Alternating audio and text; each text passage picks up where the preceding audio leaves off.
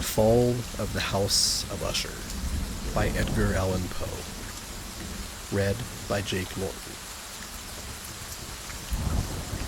During the whole of a dull, dark, and soundless day in the autumn of the year, when the clouds hung oppressively low in the heavens, I had been passing alone on horseback through a singularly dreary tract of country, and at length found myself, as the shades of the evening drew on, within view of the melancholy house of Usher. I know not how it was, but the first glimpse of the building, a sense of insufferable gloom pervaded my spirit. I say insufferable, for the feeling was unrelieved by any of that half-pleasurable because poetic sentiment with which the mind usually receives even the sternest natural images of the desolate or terrible.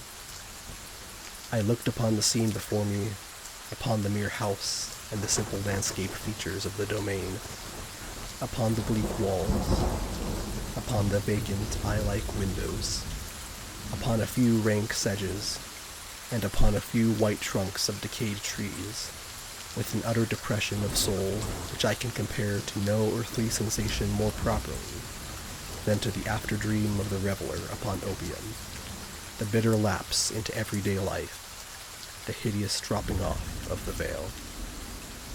There was an iciness, a sinking, a sickening of the heart, an unredeemed dreariness of thought, which no goading of the imagination could torture into aught of the sublime.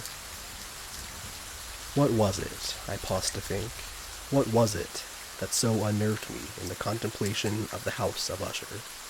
It was a mystery all insoluble, nor could I grapple with the shadowy fancies that crowded upon me as I pondered.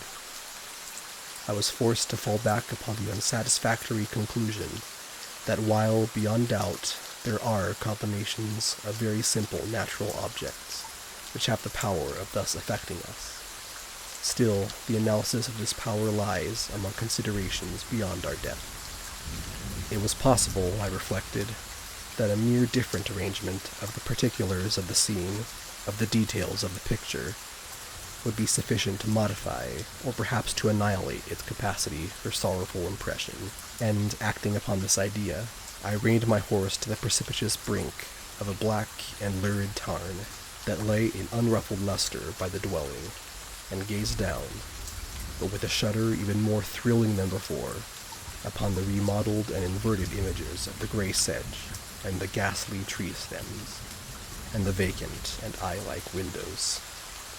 Nevertheless, in this mansion of gloom I now proposed to myself a sojourn of some weeks.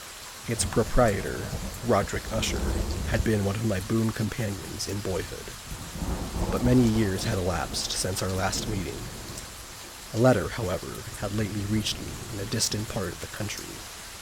A letter from him, which, in its wildly importunate nature, had admitted of no other than a personal reply. The MS gave evidence of nervous agitation. The writer spoke of acute bodily illness, of a mental disorder which oppressed him, and of an earnest desire to see me, as his best, and indeed his only, personal friend, with a view of attempting, by the cheerfulness of my society, some alleviation of his malady. It was the manner in which all this and much more was said. It was the apparent heart that went with his request, which allowed me no room for hesitation, and I accordingly obeyed forthwith what I still considered a very singular summons.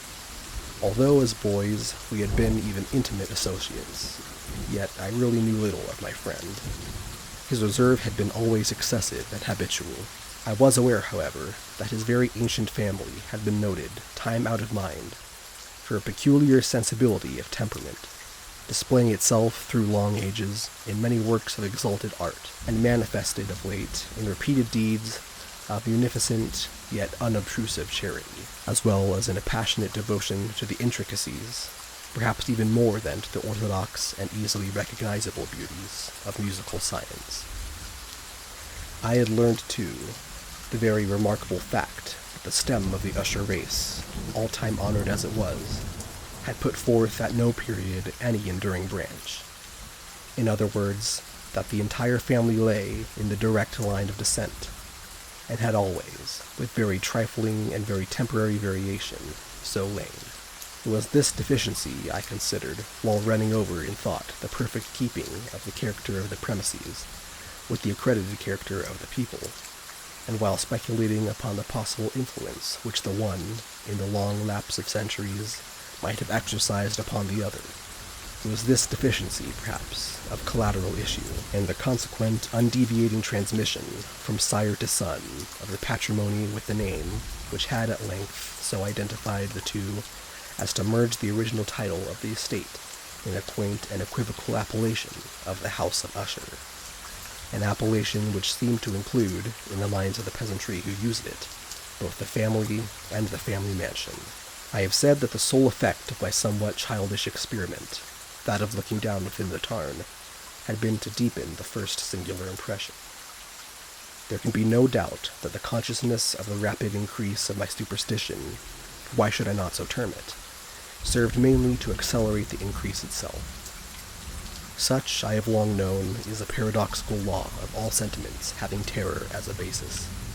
And it might have been for this reason only that, when I again uplifted my eyes to the house itself, from its image in the pool, there grew in my mind a strange fancy, a fancy so ridiculous, indeed, that I but mention it to show the vivid force of the sensations which oppressed me. I had so worked upon my imagination as really to believe that about the whole mansion and domain there hung an atmosphere peculiar to themselves and their immediate vicinity, an atmosphere which had no affinity with the air of heaven, but which had reeked up from the decayed trees and the grey wall and the silent tarn, a pestilent and mystic vapor, dull, sluggish, faintly discernible, and leaden-hued. Shaking off from my spirit what must have been a dream, I scanned more narrowly the real aspect of the building. Its principal feature seemed to be that of an excessive antiquity. Shaking off from my spirit what must have been a dream, I scanned more narrowly the real aspect of the building. Its principal feature seemed to be that of an excessive antiquity. The discoloration of ages had been great. Minute fungi overspread the whole exterior, hanging in a fine tangled webwork from the eaves. Yet all of this was apart from any extraordinary dilapidation. No portion of the masonry had fallen, and there appeared to be a wild inconsistency between its still perfect adaptation of parts and the crumbling condition of the individual stones.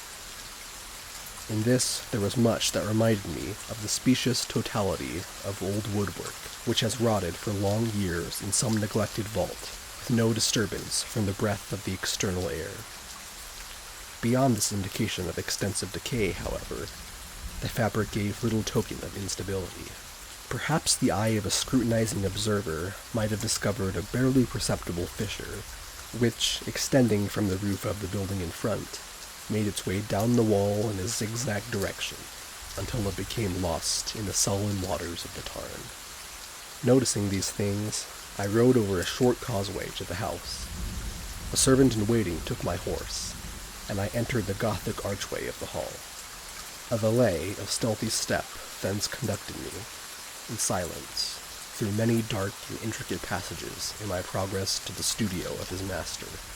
Much that I encountered on the way contributed, I know not how, to heighten the vague sentiments of which I have already spoken.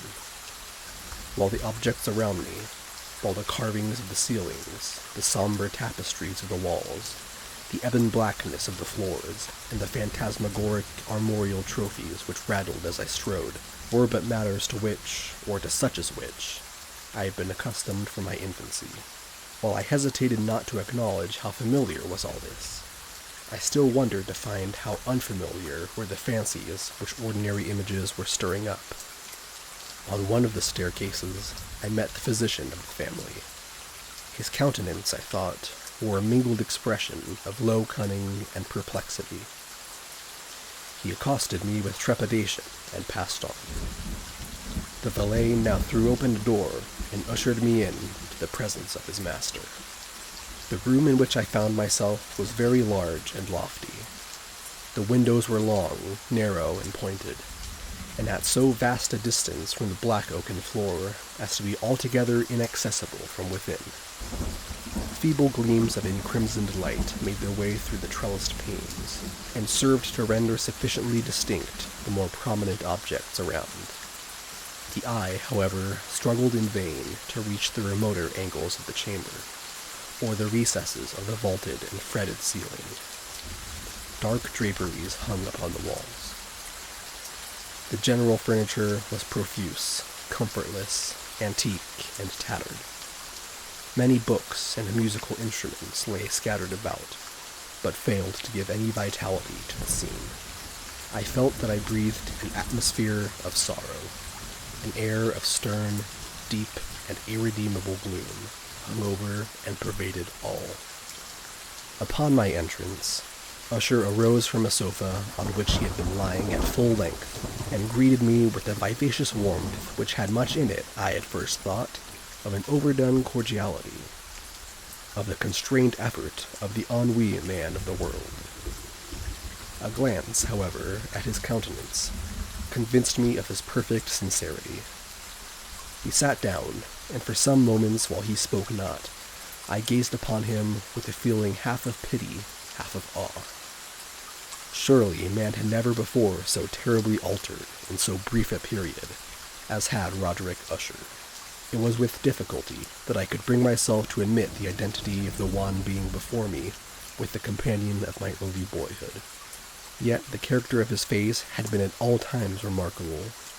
A cadaverousness of complexion, an eye large, liquid, and luminous beyond comparison, lips somewhat thin and very pallid, but of a surprisingly beautiful curve, a nose of a delicate Hebrew model, but with a breadth of nostril unusual in similar formations, a finely molded chin, speaking, in its want of prominence, of a want of moral energy, hair of a more than web-like softness and tenuity. These features, with an inordinate expansion above the regions of the temple, made up altogether a countenance not easily to be forgotten. And now, in the mere exaggeration of the prevailing character of these features, and of the expression they were wont to convey, lay so much of change that I doubted to whom I spoke. The now ghastly pallor of the skin, and the now miraculous luster of the eye, above all things startled and even awed me. The silken hair, too, had been suffered to grow all unheeded, and as, in its wild gossamer texture, it floated rather than fell about the face. I could not, even with effort, connect its arabesque expression with any idea of simple humanity. In the manner of my friend, I was at once struck with an incoherence, an inconsistency, and I soon found this to arise from a series of feeble and futile struggles to overcome an habitual trepidancy, an excessive nervous agitation. For something of this nature I had indeed been prepared, no less by his letter than by reminiscences of certain boyish traits, and by conclusions deduced from his peculiar physical conformation and temperament. His action was alternately vivacious and sullen. His voice varied rapidly from a tremulous indecision when the animal spirits seemed utterly in abeyance, to that species of energetic concision, that abrupt, weighty, unhurried, and hollow-sounding enunciation, that leaden, self-balanced, and perfectly modulated guttural utterance, which may be observed in the lost drunkard or the irreclaimable eater of opium during the periods of his most intense excitement. It was thus that he spoke of the object of my visit, of his earnest desire to see me, and of the solace he expected me to afford him. He entered at some length into what he conceived to be the nature of his malady. It was, he said, a constitutional and a family evil, and one for which he despaired to find a remedy. A mere nervous affliction, he immediately added, which would undoubtedly soon pass off. It displayed itself in a host of unnatural sensations. Some of these, as he detailed them, interested and bewildered me, although, perhaps, the terms and the general manner of the narration had their weight. He suffered much from a morbid acuteness of the senses. The most insipid food was alone endurable. He could wear only garments of certain texture, The odors of all flowers were oppressive. His eyes were tortured by even a faint light, and there were but peculiar sounds, and these from stringed instruments, which did not inspire him with horror. To an anomalous species of terror, I found him a bounden slave. "I shall perish," said he. "I must perish in this deplorable folly. Thus, and not otherwise shall I be lost.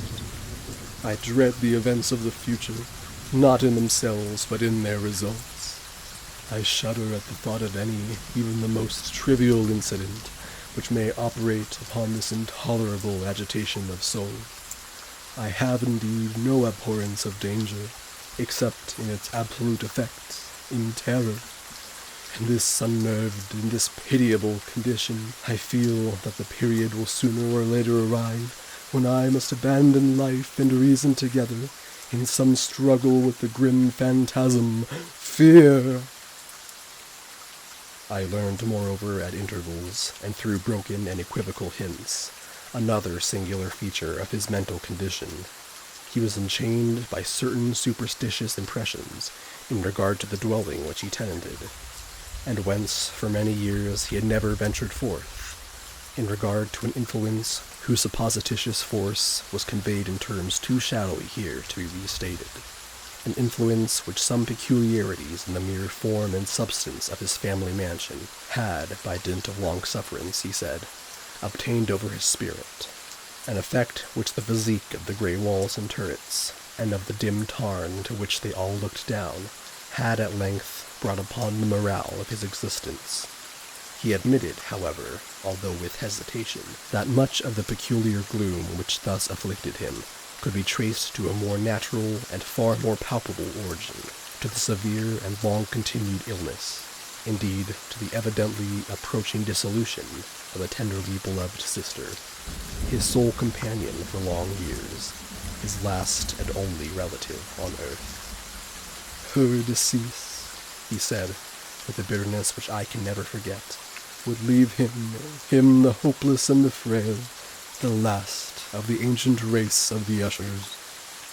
While he spoke, the Lady Madeline, for so was she called, passed slowly through a remote portion of the apartment, and, without having noticed my presence, disappeared.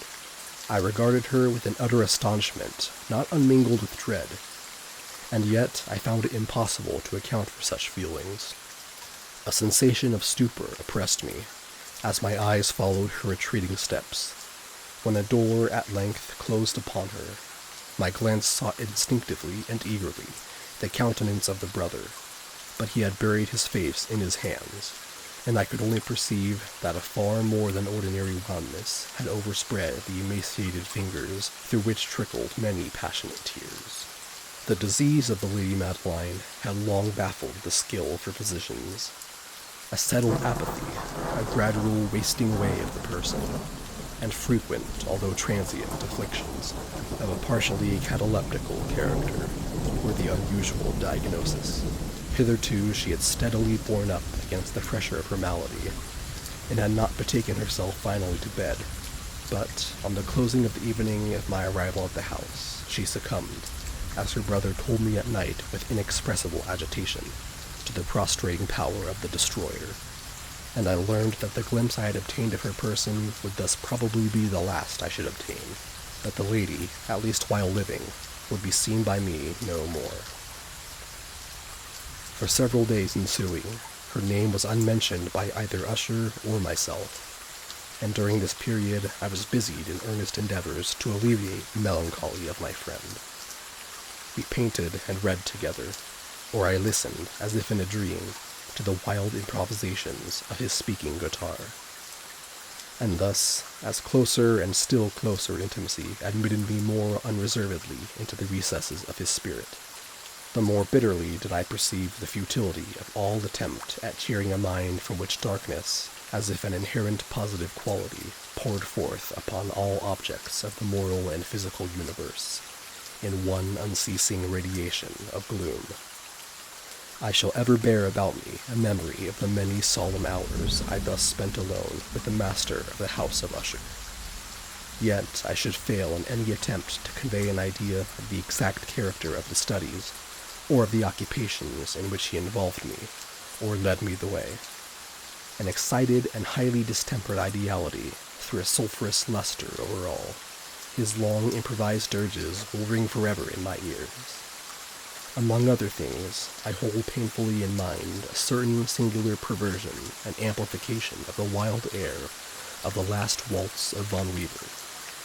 From the paintings over which his elaborate fancy brooded, and which grew, touch by touch, into vaguenesses at which I shuddered the more thrillingly, because I shuddered knowing not why, from these paintings, vivid as their images now are before me, I would in vain endeavor to adduce more than a small portion which should lie within the compass of merely written words.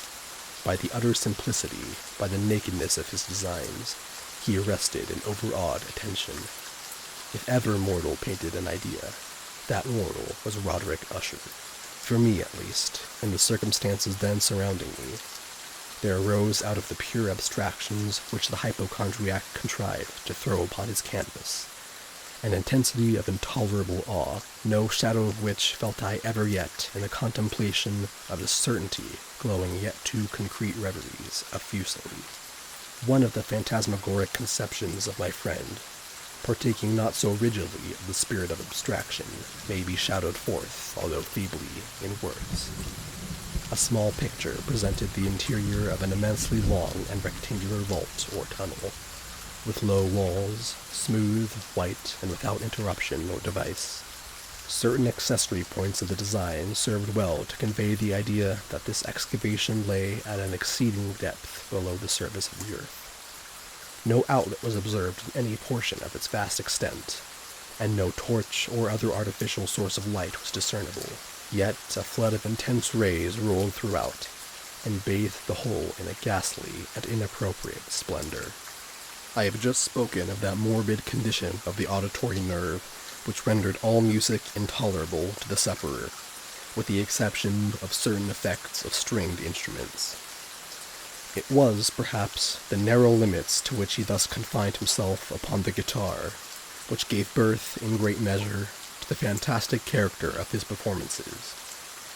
But the fervid facility of his impromptus could not be so accounted for.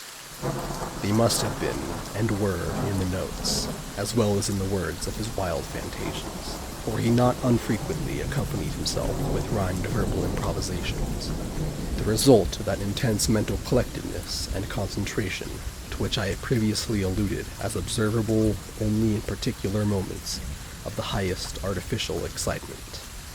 The words of one of these rhapsodies I have easily remembered. I was, perhaps, the more forcibly impressed with it, as he gave it, because, in the under or mystic current of its meaning, I fancied that I perceived, and for the first time, a full consciousness on the part of Usher, of the tottering of his lofty reason upon her throne. The verses, which were entitled The Haunted Palace, ran very nearly, if not accurately, thus. In the greenest of our valleys, by good angels tenanted, once fair and stately palace, radiant palace, reared its head. In the monarch thought's dominion it stood there. Never seraph spread opinion over fabric half so fair. Banners yellow, glorious, golden, on its roof did float and flow. All this was in the olden time long ago. And every gentle air that dallied in that sweet day, along the ramparts plumed and pallid, a winged odor went away. Wanderers in that happy valley, through two luminous windows saw spirits moving musically to a lute's well-tuned law. Round about a throne were sitting Porphyrogene, in state his glory well befitting, the ruler of the realm was seen. And all with pearl and ruby glowing was the fair palace door, through which came flowing, and sparkling evermore a troop of echoes whose sweet duty was but to sing, in voices of surpassing beauty, the wit and wisdom of their king. But evil things in robes of sorrow assailed the monarch's high estate, Ah, let us mourn, for never morrow shall dawn upon him desolate. And round about his home the glory that blushed and bloomed is but a dim remembered story of the old time entombed. And travelers now within that valley, through the red-litten windows see vast forms that move fantastically to a discordant melody, while like a rapid, ghastly river through the pale door, a hideous throng rush out forever and laugh but smile no more. I well remember that suggestions arising from this ballad led us into a train of thought wherein there became manifest an opinion of Usher's, which I mention not so much on account of its novelty, for other men have thought thus, as on account of the pertinacity with which he maintained it. This opinion, in its general form, was that of the sentience of all vegetable things, but in his disordered fancy, the idea had assumed a more daring character, and trespassed, under certain conditions, upon the kingdom of inorganization. I lack words to express the full extent or the earnest abandon of his persuasion. The belief, however, was connected, as I have previously hinted, with the gray stones of the home of his forefathers. The conditions of the sentience had been here, he imagined, fulfilled in the method of collocation of these stones, in the order of their arrangement, as well as in that of the many fungi which overspread them, and of the decayed trees which stood around. Above all, in the long, undisturbed endurance of this arrangement, and in its reduplication in the still waters of the tarn. Its evidence, the evidence of the sentience, was to be seen, he said, and I here started as he spoke, in the gradual yet certain condensation of an atmosphere of their own about the waters and the walls. The result was discoverable, he added, in that silent yet importunate and terrible influence which for centuries had molded the destinies of his family, and which made him what I now saw him, what he was. Such opinions need no comment, and I will make none. Our books, the books which for years had formed no small portion of the mental existence of the invalid, were, as might be supposed, in strict keeping with this character of phantasm. We pored together over such works as the Viver et Chartreuse of Grisset, the Belphegor of Machiavelli, the Heaven and Hell of Swedenborg, the Subterranean Voyage of Nicholas Klim by Holberg, the Chiromancy of Robert Flood, of Jean de M'Dagis, and of de la Chambre, the Journey into the Blue Distance of Tieck, and the City of the Sun of Campanella. One favorite volume was a small octavo edition of the Directorium Inquisitorium by the Dominican Aymeric de Gironde, and there were passages in Pomponius Mela about the old African satyrs and Egyptians, over which Usher would sit dreaming for hours. His chief delight, however, was found in the perusal of an exceedingly rare and curious book in quarto Gothic, the Manual of a Forgotten Church, the Vigilae Mortuorum Secundum Coram Ecclesiae Maguntinae. I could not help thinking of the wild ritual of this work, and of its probable influence upon the hypochondriac, when, one evening, having informed me abruptly that the Lady Madeline was no more, he stated his intention of preserving her corpse for a fortnight, previously to his final interment, in one of the numerous vaults within the main walls of the building. The worldly reason, however, assigned for this singular proceeding was one which I did not feel at liberty to dispute. The brother had been led to this resolution, so he told me, by consideration of the unusual character of the malady of the deceased, of certain obtrusive and eager inquiries on the part of her medical men, and of the remote and exposed situation of the burial ground of the family. I will not deny that when I called to mind the sinister countenance of the person whom I met upon the staircase, on the day of my arrival at the house, I had no desire to oppose what I regarded as, at best, but a harmless, and by no means an unnatural, precaution. At the request of Usher, I personally aided him in the arrangements for the temporary entombment. The body having been encoffined, we two alone bore it to its rest.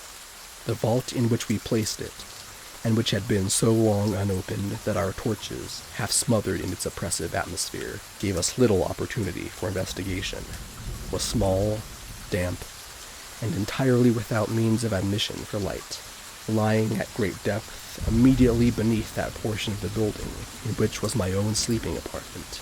It had been used, apparently, in remote feudal times for the worst purposes of a donjon keep, and in later days as a place of deposit for powder or some other highly combustible substance, as a portion of its floor and the whole interior of a long archway through which we reached it were carefully sheathed with copper. The door, of massive iron, had been also similarly protected. Its immense weight caused an unusually sharp grating sound as it moved upon its hinges. Having deposited our mournful burden upon trestles within this region of horror, we partially turned aside the yet unscrewed lid of the coffin and looked upon the face of the tenant. A striking similitude between the brother and sister now first arrested my attention, and Usher, divining perhaps my thoughts, murmured out some few words from which I learned that the deceased and himself had been twins, and that sympathies of a scarcely intelligible nature had always existed between them. Our glances, however, rested not long upon the dead, for we could not regard her unawed. The disease which had thus entombed the lady in the maturity of youth had left, as usual in all maladies of strictly cataleptical character, the mockery of a faint blush upon the bosom and the face, and that suspiciously lingering smile upon the lip which is so terrible in death. We replaced and screwed down the lid, and, having secured the door of iron, made our way with toil into the scarcely less gloomy apartments of the upper portion of the house. And now, some days of bitter grief having elapsed, an observable change came over the features of the mental disorder of my friend.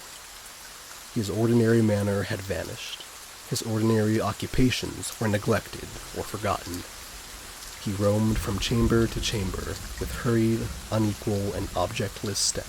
The pallor of his countenance had assumed, if possible, a more ghastly hue, but the luminousness of his eye had utterly gone out.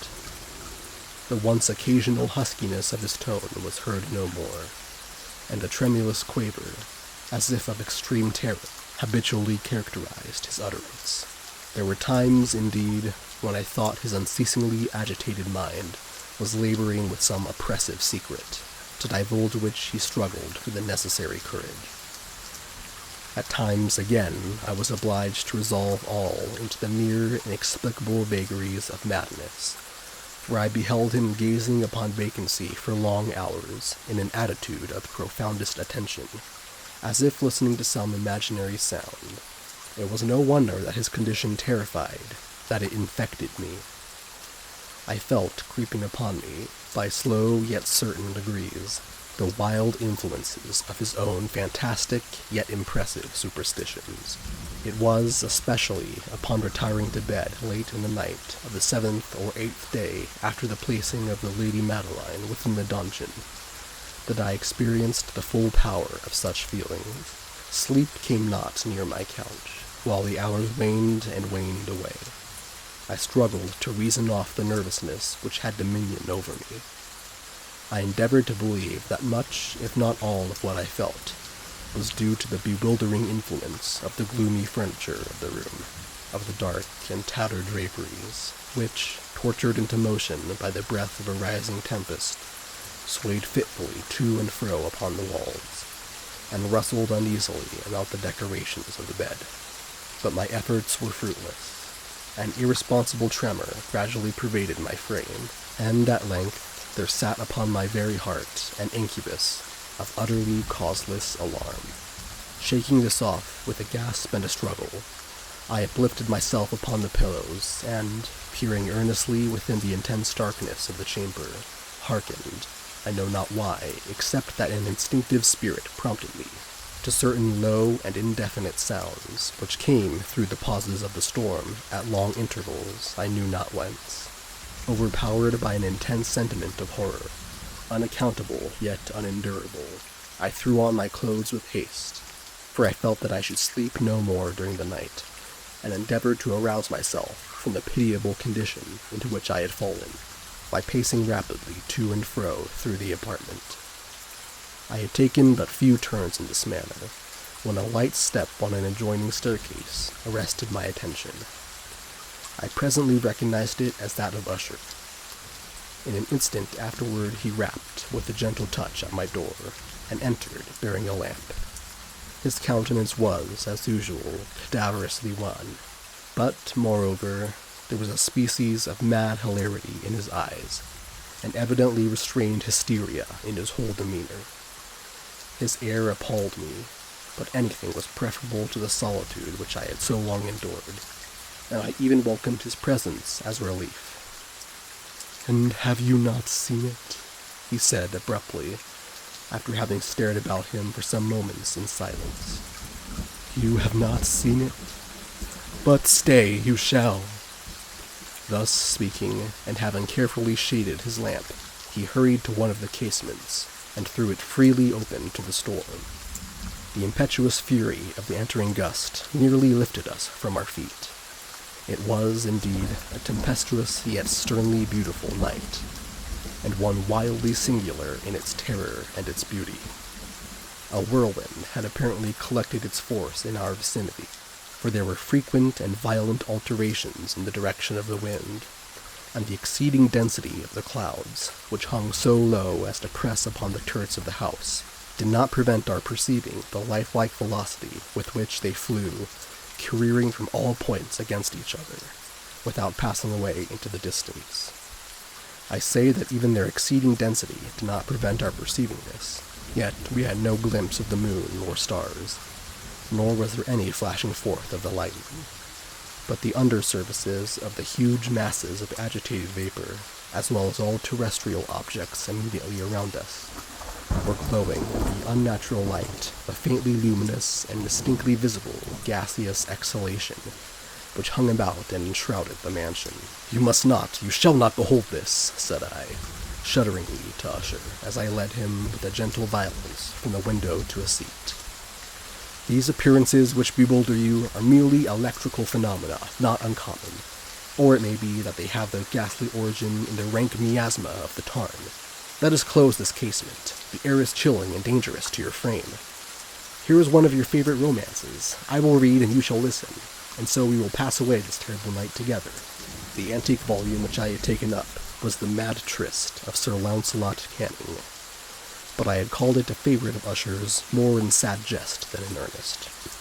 For in truth, there is little in its uncouth and unimaginative prolixity which could have had interest for the lofty and spiritual ideality of my friend. It was, however, the only book immediately at hand, and I indulged a vague hope that the excitement which now agitated the hypochondriac might find relief, for the history of mental disorder is full of similar anomalies, even in the extremeness of the folly which I should read. Could I have judged, indeed, by the wild, overstrained air of vivacity with which he hearkened, or apparently hearkened, to the words of the tale, I might well have congratulated myself upon the success of my design. I had arrived at that well-known portion of the story where Ethelred, the hero of the tryst, having sought in vain for peaceable admission into the dwelling of the hermit, proceeds to make good an entrance by force. Here it will be remembered the words of the narrative run thus: "And Ethelred, who was by nature of a doughty heart, and who was now mighty withal, on account of the powerfulness of the wine which he had drunken, waited no longer to hold parley with the hermit, who, in sooth, was of an obstinate and maliceful turn, but, feeling the rain upon his shoulders, and fearing the rising of the tempest, uplifted his mace outright, and, with blows, made quickly room in the plankings of the door for his gauntleted hand, and now pulling therewith sturdily, he so cracked and ripped and tore all asunder, that the noise of the dry and hollow-sounding wood alarummed and reverberated throughout the forest." At the termination of this sentence I started, and for a moment paused, for it appeared to me, although I at once concluded that my excited fancy had deceived me, it appeared to me that, from some very remote portion of the mansion, there came indistinctly to my ears what might have been, in its exact similarity of character, the echo, but a stifled and dull one certainly, of the very cracking and ripping sound which Sir Launcelot had so particularly described. It was, beyond doubt, the coincidence alone which had arrested my attention, for amid the rattling of the sashes of the casements and the ordinary commingled noises of the still increasing storm, the sound in itself had nothing, surely, which should have interested or disturbed me. I continued the story. But the good champion Ethelred, now entering within the door, was sore enraged and amazed to perceive no signal of the maliceful hermit, but in the stead thereof a dragon of a scaly and prodigious demeanor, and of a fiery tongue, which sate in guard before a palace of gold, with a floor of silver, and upon the wall there hung a shield of shining brass, with this legend enwritten, Who entereth herein a conqueror hath been, who slayeth the dragon, the shield he shall win. And Ethelred uplifted his mace, and struck upon the head of the dragon, which fell before him, and gave up his pesty breath, with a shriek so horrid and harsh, and withal so piercing, that Ethelred had fain to close his ears with his hands against the dreadful noise of it, the like whereof was never before heard. Here again I paused abruptly, and now with a feeling of wild amazement, for there could be no doubt whatever that, in this instance, I did actually hear, although from what direction it proceeded I found it impossible to say, a low and apparently distant, but harsh, protracted, and most unusual screaming or grating sound, the exact counterpart of what my fancy had already conjured up for the dragon's unnatural shriek as described by the romancer. Oppressed as I certainly was upon the occurrence of this second and most extraordinary coincidence, by 1,000 conflicting sensations, in which wonder and extreme terror were predominant, I still retained sufficient presence of mind to avoid exciting, by any observation, the sensitive nervousness of my companion. I was by no means certain that he had noticed the sounds in question, although assuredly a strange alteration had, during the last few minutes, taken place in his demeanor. From a position fronting my own, he had gradually brought round his chair so as to sit with his face to the door of the chamber, and thus I could but partially perceive his features, although I saw that his lips trembled as if he were murmuring inaudibly. His head had dropped upon his breast, yet I knew that he was not asleep, from the wide and rigid opening of the eye as I caught a glance of it in profile. The motion of his body, too, was at variance with this idea, for he rocked from side to side with a gentle yet constant and uniform sway. Having rapidly taken notice of all this, I resumed the narrative of Sir Launcelot, which thus proceeded. And now the champion, having escaped from the terrible fury of the dragon, bethinking himself of the brazen shield, and of the breaking up of the enchantment which was upon it, removed the carcass from out of the way before him, and approached valorously over the silver pavement of the castle, to where the shield was upon the wall, which in sooth tarried not for his full coming, but fell down at his feet upon the silver floor, with a mighty, great, and terrible ringing sound. No sooner had these syllables passed my lips, than, as if a shield of brass had indeed at the moment fallen heavily upon a floor of silver, I became aware of a distinct, hollow, metallic, and clangorous, yet apparently muffled reverberation. Completely unnerved, I leaped to my feet, but the measured rocking movement of Usher was undisturbed. I rushed to the chair in which he sat. His eyes were bent fixedly before him, and throughout his whole countenance there reigned a stony rigidity. But, as I placed my hand upon his shoulder, there came a strong shudder over his whole person, a sickly smile quivered about his lips, and I saw that he spoke in a low, hurried, and gibbering murmur, as if unconscious of my presence. Bending closely over him, I at length drank in the hideous import of his words. Not here? Yes, I hear it, and have heard it. Long, many minutes, many hours, many days have I heard it. Yet I dared not. Oh, pity me, miserable wretch that I am. I dared not speak. We have put her living in the tomb. Said I not that my senses were acute? I now tell you that I heard her first feeble movements in the hollow coffin. I heard them many, many days ago, yet I dared not speak.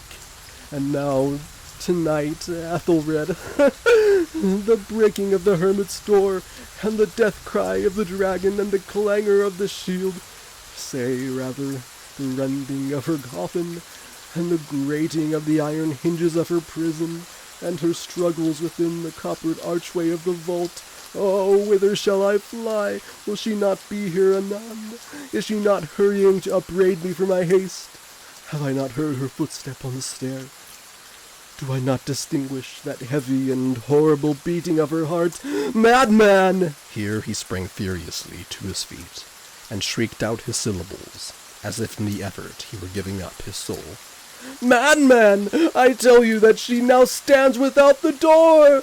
As if in the superhuman energy of his utterance there had been found the potency of a spell.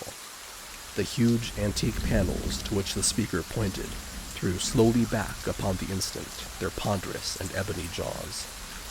It was the work of the rushing gust, but then without those doors there did stand the lofty and enshrouded figure of the Lady Madeline of Usher.